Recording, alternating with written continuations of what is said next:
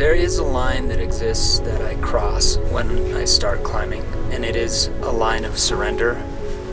It's a line of acknowledgement. It's a line of willingness to accept the outcome, whatever it happens to be.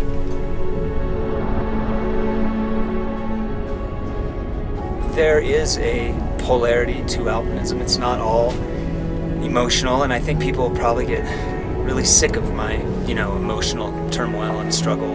But when it's working, it's dance. In that you are stripped of outside concern or really awareness. Yeah, it's art.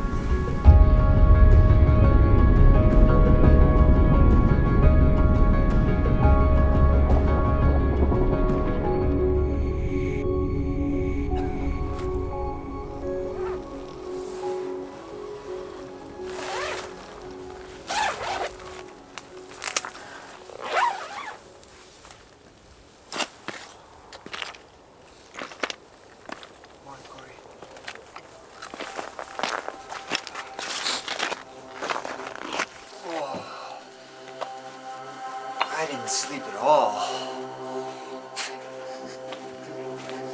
Putting on my spacesuit. Going to outer space.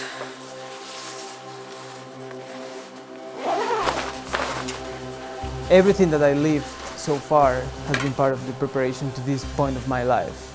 I'm just about to do something that is going to be like a new jumping into the unknown for me. Everything seems to be moving in the direction that we will do this, and I believe strongly that we will. But no matter how much excitement I have, it's scary.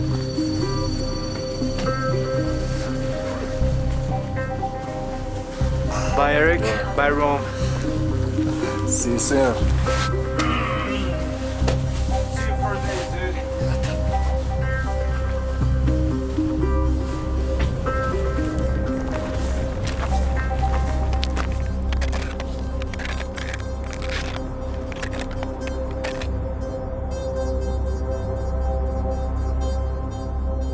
Arriving at the cache.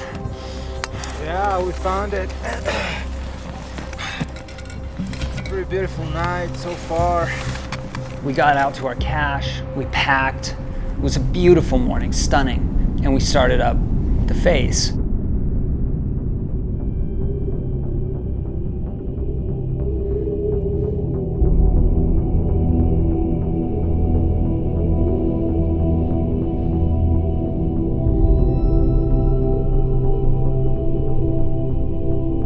You're in a state of constant tension, so you don't really feel secure ever when you're on that kind of terrain. We got up onto one slope and it started to feel hollow, so we wanted to move across the slope. That entailed, climbing over this 2,000 feet of 50-degree ice. It's really heinous climbing. You're in this really awkward angle, and it's too hard to take your ice axe and stab into it. If any of that ice gives way, you're just on sort of a 3,000-foot slip and slide. One mistake, if you're not perfect, you die. As we approached the lower crux of the route, I said, let's go left, because it looked easier, and I thought it was going to be faster. We got into this snow ramp, and it was just endless trail breaking. I think this was my major gaffe. Topo, where are we? We are 7,300 meters, more or less. The northeast face of Everest. We couldn't find any ledge for a decent VV, to put the tent up and be comfortable. So we're forced to brew water, have some food, and then see how we feel. I'm kind of half a wreck right now. That was a long day. 12 hours of climbing. I certainly felt as though we had both taken a hard knock from the mountain.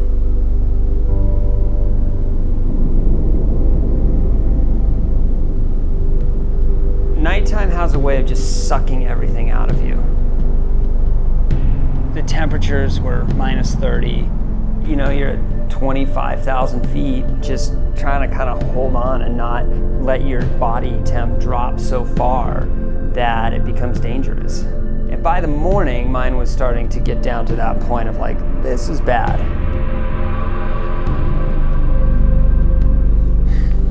Stayed here last night, which wasn't that comfortable. But this is so fucking cold. Had some breakfast, had some water, and kind of started to heat up, and then started to talk about, well, maybe we don't have to go down, you know, maybe we can keep climbing. And so we started back up.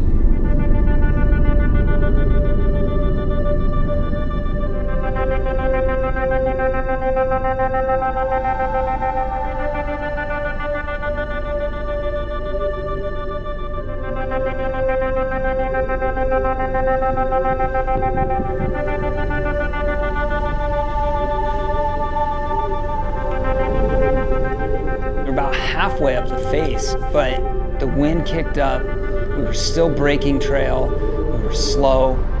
And I was afraid that if we kept going, our chances of survival would be greatly diminished. I think we're calling it. This attempt took us this far. I think we're both happy, obviously bummed, but to be up there, up here, is priceless. Doing what we are doing. It was an alchemy of conditions and mental hurdles that made us turn around. The intention had always been to go straight up, but given the conditions, we made a decision to go left.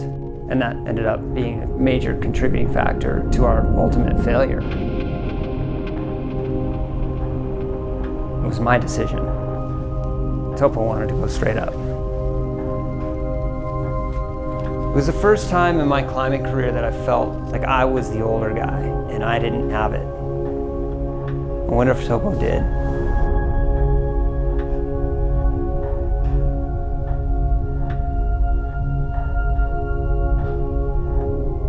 I was so certain we were going to do it, and we didn't. And having believed so strongly that we were going to do it just messed with me. More than anything, I think it was just sad. We were just really sad. So we didn't get to the top. We didn't die, but we didn't climb it.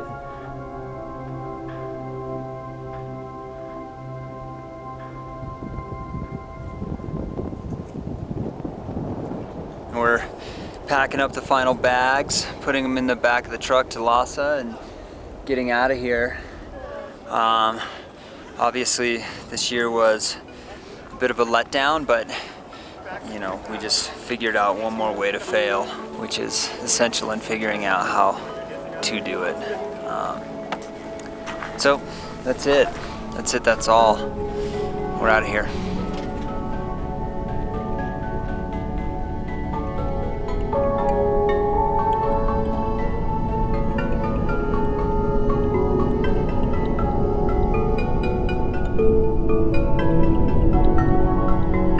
I think we had it in us physically, but I don't think we had it in us mentally, because I don't think we understood the gravity and the scale of what we were undertaking. Of course you're bummed, you know, when you don't summit something, but then life continues, right?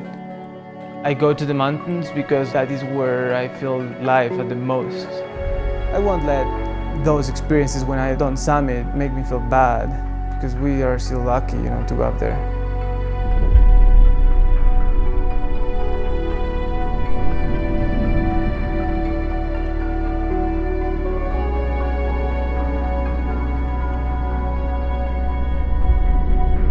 It is a lie to say that you go to the mountains to resolve your issues.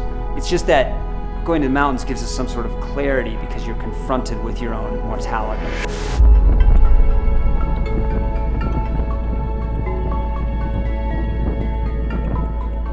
Everything that I have tried to do internally explores those spaces that are a little bit nebulous, that embody both positive and negative aspects of myself. And that's where I find the value in climbing.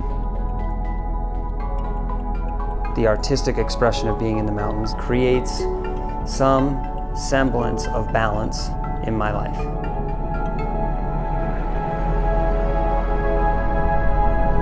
As much as it's about climbing a line on a mountain, it's about walking a line in life that has value, that provides me with a sense of purpose, gives me hope, and ultimately helps me err on the side of sanity. It just is so in me to do this, and I love it.